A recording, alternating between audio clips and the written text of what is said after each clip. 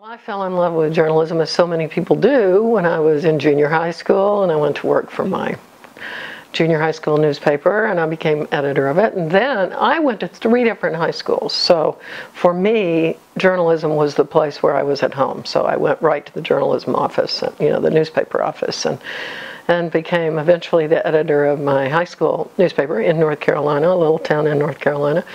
But when I went to college, people said, do different stuff. So I didn't do it. I didn't take any journalism. I didn't work on the Wellesley News where I went to college. So then I went to graduate school at Medill and got a wonderful first reporting job in Colorado Springs at a little paper that really, really did great work. I think everybody loves their first job, or most of us do.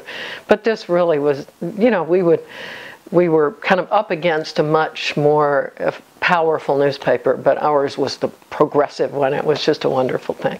Then I went overseas for 5 years and really felt like I'd left journalism, even though I didn't want to. I got married. I went over to Africa. I lived in Kinshasa.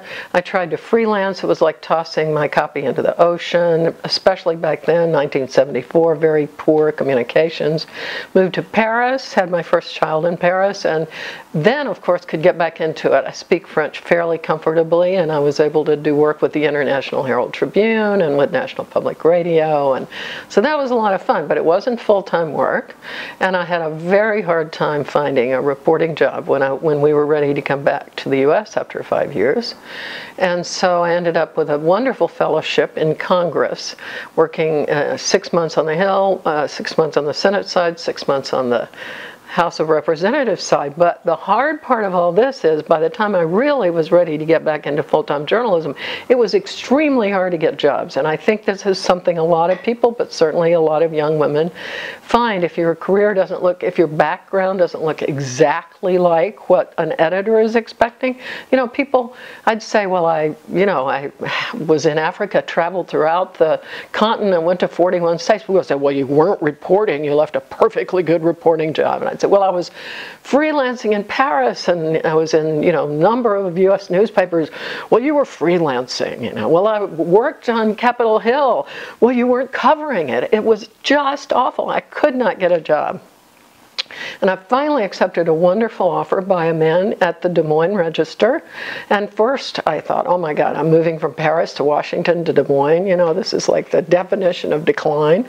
In fact, it turned out to be the most marvelous thing we could have done. My husband and I and our little daughter moved to Des Moines. I fell in love with it. I felt like I was home.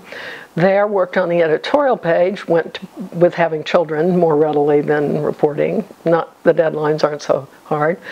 Then ended up in a Nieman Fellowship at Harvard for a while, which was great. And while I was at the Nieman, our paper was sold. It had been owned by a great Iowa family, sold to Gannett. I was very worried about that because Gannett was known for producing profits, but not so much, frankly, for producing great journalism.